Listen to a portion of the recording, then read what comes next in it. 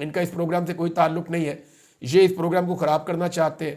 تو ان لوگوں نے وہاں رولا کپ بھی ڈالا, لیکن اس کے بعد پولیس آئی, پولیس نے ان بندوں کو اٹھایا اور سارجنٹ اینڈ آرم جو ہے انہوں نے اٹھا کے ان بندوں کو باہر نکال دیا. اب وزیر داخلہ وہاں پہ موجود تھے, لیکن اس کے باوجود یہ پروگرام ہو جانا اور یہ ایک کامیاب پروگرام ہو جانا, یہ اب ایک مسئلہ بن جائے گا موجودہ حکومت کے لیے. دیکھیں, یہ چیزیں ایک یا دو دن میں ہونی نہیں ہے. یہ اوورسیز پاکستانی بھی جانتے ہیں اور پاکستان کی حکومت اور اسٹیبلشمنٹ بھی جانتے ہیں.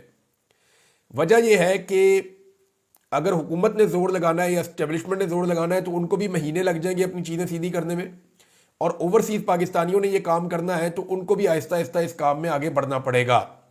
اور گریجولی دیکھیں انہوں نے کیا کچھ اچیو کیا. اگر آپ سب سے پہلے یہ دیکھیں کہ اب تک سب سے پہلے ایک ڈونلڈ ڈو کی ہیئرنگ ہوئی تھی, اس کے بعد امریکہ میں ایک قرارداد آئی تھی, پھر جو کانگریس مین ہیں ان کے لیٹر سائن کروائے گئے تھے, ان سے بہت سارے 60 سے زیادہ کانگریس مین نے لیٹر سائن کیا تھا.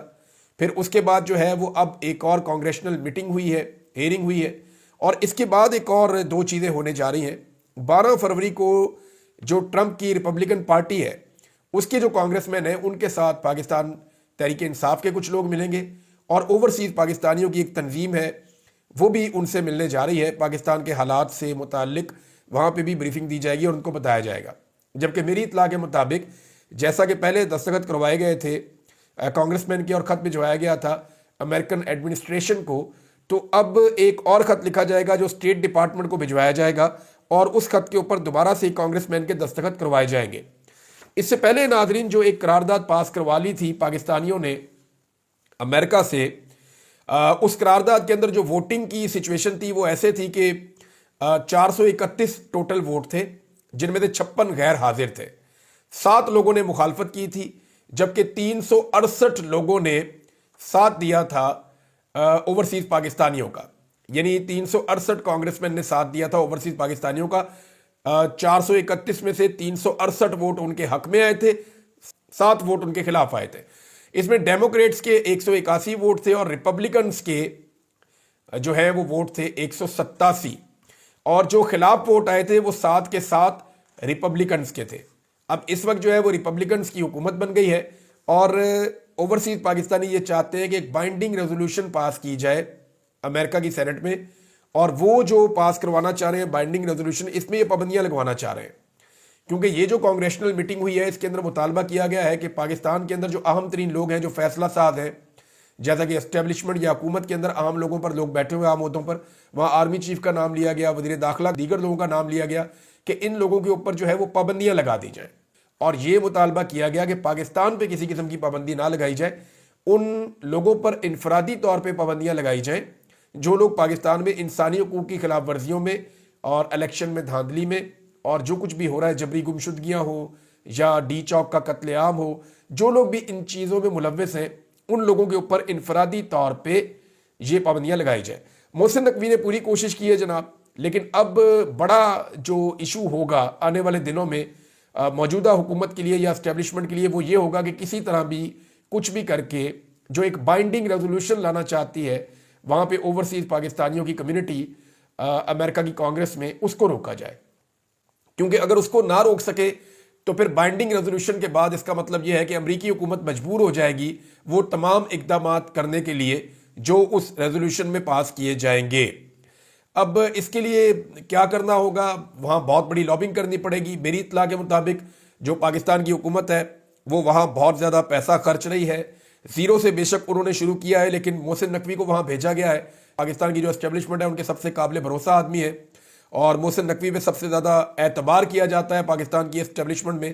سب سے قابل ذکر اور سب سے آزمودہ مہرہ ہے اس وقت اسٹیبلشمنٹ کا. محسن نقوی کو بھیجا گیا, بہت خرچہ کیا جا رہا ہے, اوورسیز پاکستانیوں کو منانے کی کوشش کی جا رہی ہے, لیکن جو اوورسیز پاکستانی ہیں وہ مان نہیں رہے. وہ یہ کہہ رہے ہیں کہ پاکستان کے اندر ظلم اور زیادتی بند کی جائے, بصورت دیگر وہ اپنا کام جاری رکھیں گے. اب دیکھیں فرق کیا ہے. فرق یہ ہے کہ پاکستانی گورنمنٹ جو کام کرے گی وہ اپنی ایمبیسی سے کروائے گی, اور ایمبیسی کے کام کرنے کے گھنٹے ہوتے ہیں, وہ جتنی تنخواہ لیتے ہیں اتنا ہی کام کرتے ہیں, اور ان کے لیے وہ ایک ڈیوٹی کی طرح ہے. لیکن اوورسیز پاکستانی یہ سارا کچھ کر رہے ہیں جیب سے پیسے خرچ کر کے, اور وہ ایک پیشن کے ساتھ کر رہے ہیں. اب یہ تو نہیں ہو سکتا کہ پاکستان کی اسٹیبلشمنٹ خود جا کے امریکہ میں بیٹھ جائے, یا وزیر داخلہ کو ہمیشہ کے لیے امریکہ میں بٹھایا جائے, انہیں واپس بھی آنا ہے. تو وہاں پہ جو ایفرٹ کی جاتی ہے وہ اوورسیز پاکستانیوں کی ایفرٹ ان سے زیادہ ہوتی ہے.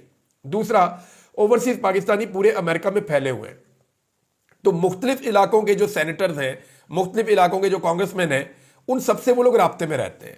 اور جب وہ رابطے میں رہتے ہیں تو وہ یہ چیزیں بھی ان کو بتاتے رہتے ہیں، یہ رپورٹیں بھی ان کے ساتھ شیئر کرتے رہتے ہیں. جیسا کہ اب ایک رپورٹنگ شروع ہونے جا رہی ہے، ایک نیا لیٹر لکھا جائے گا جس کے اوپر سگنیچر کروائے جائیں گے بہت سارے کانگریس مین کے، اور سگنیچر کروانے کے بعد وہ لیٹر بھیجا جائے گا امریکہ کے اسٹیٹ ڈپارٹمنٹ کو، اور بعد میں وہاں سے کوسچن کیا جائے گا، اور وہاں سے جب پتہ چلے گا کہ ان کی رائے کیا ہے تو یہ چیزیں آگے بڑھیں گی. یہ چیزیں اگلے چند ہفتوں میں ہو سکتی ہیں، اگلے 2-3-4 مہینوں میں ہو سکتی ہیں، لیکن یہ اب آگے کی طرف بڑھیں گی. اور پاکستان کی جو حکومت اور اسٹیبلشمنٹ ہے ان کو یہ سوچنا ہے کہ رفتہ رفتہ اگر امریکہ کے ساتھ تعلقات خراب ہو جاتے ہیں تو یہ ایک ایشو بن جائے گا، کیونکہ پاکستان کا اپنی معیشت کے حوالے سے اور بہت سارے معاملات کے حوالے سے امریکہ کے اوپر بہت انحصار ہے. چائنا سے بھی آپ دشمنی نہیں کر سکتے. یہ ایک تاثر یہ دیا جا رہا ہے کہ شاید پاکستان امریکہ کو یہ آفر کر دے گا کہ ہم چائنا سے پیچھے ہٹ جاتے ہیں تو آپ ہماری مدد کریں عمران خان سے بچنے میں، اور عمران خان کے معاملے میں ہمارے اوپر یا انسانی حقوق کے معاملے میں ہمارے اوپر کوئی دباؤ نہ ڈالا جائے. لیکن دیکھیں، چائنا کے اسٹیٹ وے آپ نے اربوں ڈالر دینے ہیں، 65 ارب ڈالر تو آپ نے 2022 تک کے دینے ہیں. اس کے بعد آپ دوبارہ ان سے پیسے مانگتے ہیں. 6 ارب ڈالر آپ نے ان سے لے کر اپنے خزانے کے اندر رکھے ہوئے ہیں، ریزرو کے اندر. اور بہت ساری ایسی چیزیں ہیں جہاں پہ آپ نے چائنا کے پیسے دینے، لگ بھگ اگر آپ پلس مائنس کریں تو آپ کو تقریباً 80 ارب ڈالر کے قریب شاید آپ کو چائنا کا واپس کرنا ہے. میں لمسم بتا رہا ہوں، مجھے کوئی ایگزیکٹ فگر نہیں پتا، لیکن اتنا پیسہ بن جاتا ہے. چند لوگوں نے مجھے یہاں تک بتایا کہ شاید اس سے بھی زیادہ ہے. تو جب اتنا سارا پیسہ آپ نے ایک ملک کا واپس کرنا ہو تو آپ یہ نہیں کر سکتے کہ آپ دوسرے ملک کو کہیں ایک سپر پاور کو ناراض کر دیں دوسری سپر پاور کو منانے کے لیے، اور جس کو آپ ناراض کریں وہ بالکل ہی آپ کی دیوار کے ساتھ ان کی دیوار لگتی ہو، تو یہ بھی ممکن نہیں ہے. تو پاکستان کی حکومت اور اسٹیبلشمنٹ صرف عمران خان کی دشمنی میں اپنے آپ کو ایک ایسی عجیب و غریب سچویشن میں ڈال چکی ہے جس سے نکلنا ان کے لیے بھی بہت ضروری ہے اور پاکستان کے لیے بھی بہت ضروری ہے.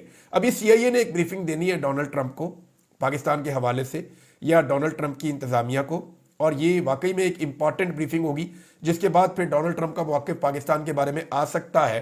ہو سکتا ہے کہ وہ عمران خان صاحب کی فیور میں ہو سکتا ہے کہ وہ عمران خان صاحب کی اتنی فیور میں نہ ہو جتنا امید کر رہے ہیں بہت سارے لوگ. لیکن ایک بات تو پکی ہے کہ پاکستان کی حکومت اور اسٹیبلشمنٹ کو وہ ماحول نہیں ملے گا جو ماحول انہیں جو بائیڈن ایڈمنسٹریشن کے دوران ملا تھا یا ان کے دور میں ملا تھا. وجہ یہ ہے کہ جو بائیڈن کیونکہ اس کو انیشیٹ کرنے والے تھے، ان لوگوں میں شامل تھے جنہوں نے رجیم چینج آپریشن کی منظوری دی تھی اور کہا تھا ٹھیک ہے پھڑکا دو، تو انہوں نے پھر بہت زیادہ ساتھ دیا. پاکستان کے بہت حالات خراب ہوئے، بہت ساری چیزیں غلط ہوئیں، لیکن اس کے باوجود انہوں نے اپنی آنکھیں بند رکھی. تو ویسی سپورٹ اور سہولت کاری تو امریکہ سے اب ملنے والی نہیں ہے. تو ناظرین، آنے والے دنوں میں بھی امریکہ سے بڑی خبریں آئیں گی، ہم آپ کے ساتھ شیئر کرتے رہیں گے. لیکن ابھی عمران خان صاحب نے ایک بڑا سٹیٹمنٹ دیا ہے، وہ سٹیٹمنٹ آپ کو ضرور سننا چاہیے. انہوں نے کہا کہ یحییٰ خان پارٹ 2 کے اقتدار کو طول دینے اور 9 مئی کے واقعات کو چھپانے کے لیے قاضی فائد عیسیٰ نے 9 مئی فالس فلیگ آپریشن اور 8 فروری انتخابی دھاندلی سے متعلق ہماری پٹیشن نہیں سنی.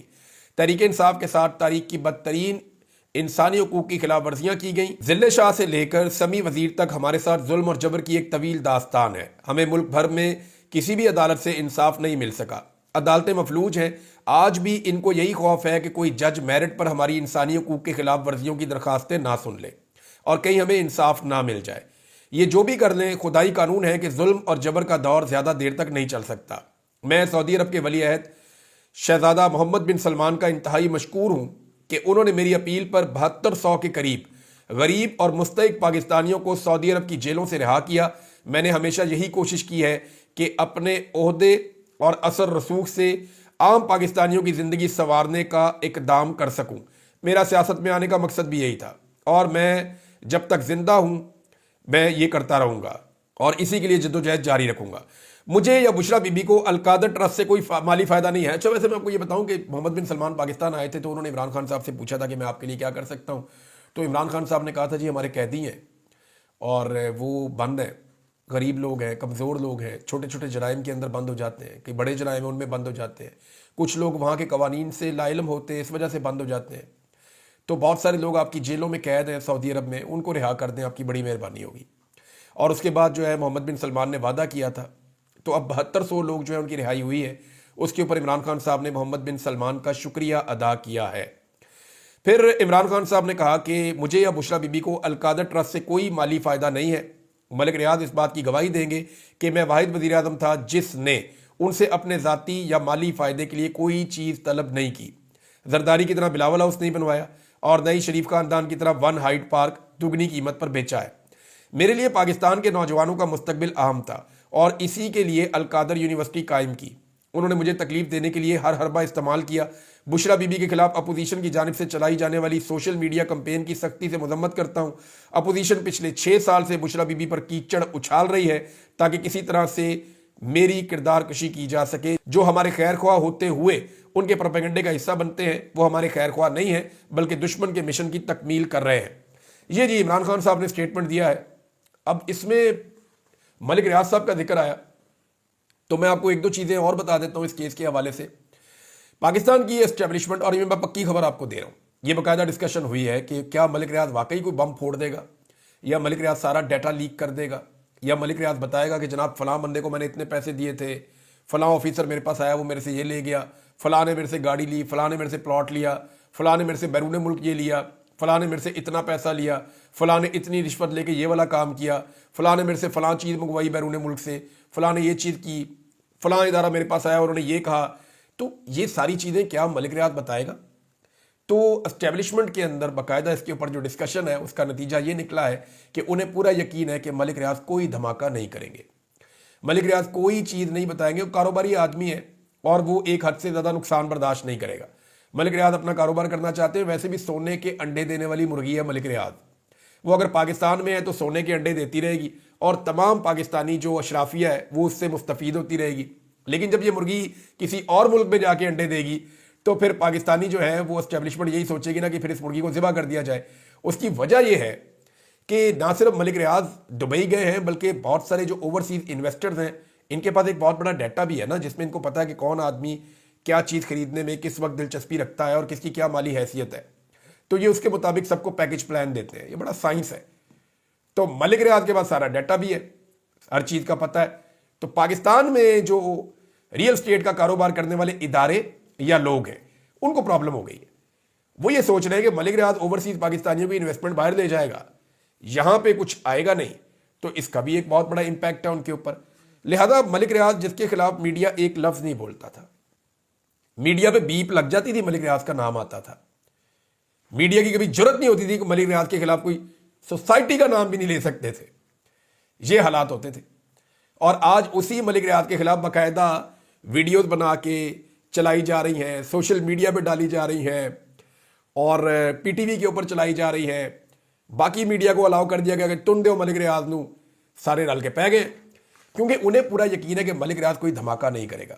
اب ملک ریاض نے 2-3 دفعہ دھمکی لگائی ہے کہ میں کچھ نہ کچھ کروں گا، تو ایک آدھا دھماکہ تو ملک ریاض کو کرنا پڑے گا اگر انہیں یہ ثابت کرنا ہے کہ وہ افیکٹو ہیں اور ان کے کچھ کہنے سے چیزیں بدل سکتی ہیں، فرق پڑتا ہے. بہرحال عمران خان والے معاملے میں میں نے ملک ریاض کے کچھ قریبی لوگ ہیں ان سے رابطہ کر کے پوچھا کہ بتاؤ بھائی. تو انہوں نے کہا جی ملک ریاض نے ہمیں بڑا کیٹیگوریکلی کہا ہے کہ یہ کام میں نے صدقہ جاریہ کے لیے کیا تھا اور اس کے اوپر میں نے کوئی گواہی نہیں دینی. دوسرا ملک ریاض کا یہ ماننا ہے کہ عمران خان کے خلاف دیکھیں ہو کیا رہا ہے، اب مسئلہ کیا ہے اس کو ذرا سمجھیں. جو لا ایکسپرٹس ہیں نا انہوں نے جا کے بتا دیا ہے، حکومت کو بھی بتا دیا ہے، اسٹیبلشمنٹ کو بھی بتا دیا ہے کہ جناب کچھ نہ کچھ کر کے جیل کے اندر تو فیصلہ عمران خان کے خلاف دے دیا گیا ہے، لیکن جب یہ معاملہ اوپن کورٹ میں آئے گا، ہائی کورٹ میں یا آگے کسی اور کورٹ میں چلا گیا یا اپیل میں چلا گیا، تو یہ دوبارہ کرنا ممکن نہیں ہوگا. یعنی جیل کے اندر بند ماحول کے اندر سزا دے دی، پہلے بھی دیتے رہے ہیں، 2 نمبر قسم کی، باہر آ کے وہ ختم ہو جاتی تھی. تو یہ بتایا گیا کہ اگر عمران خان کو اس کے اندر پکا فکس کرنا ہے تو ہر حال میں ملک ریاض کی گواہی چاہیے ہوگی. ملک ریاض آ کر بتایا کہ جناب میں نے رشوت دی ہے، تو پھر یہ دونوں میاں بیوی پھنستے ہیں، ورنہ یہ دونوں میاں بیوی نہیں پھنستے. اب اگر ملک ریاض کی گواہی آ جاتی ہے نا تو عمران خان کے اوپر اسٹیبلشمنٹ یا حکومت وہ دباؤ ڈال سکتی ہے جو انہیں چاہیے. اور ملک ریاض کہہ رہے ہیں کہ میں کوئی بھی قربانی دوں گا، میں گواہی نہیں دوں گا. اب معاملہ آگے جناب یہاں پہ پھنس گیا ہے. ملک ریاض نے اگر گواہی، میرے خیال میں ملک ریاض کو سارا بھانڈا پھوڑ دینا چاہیے. پاکستان کی خدمت ہو جائے گی، بتائیں کس کس نے کیا کیا اور کیسے کیسے کیا اور کون کون کس کس معاملے میں کیسے کیسے انوالو تھا.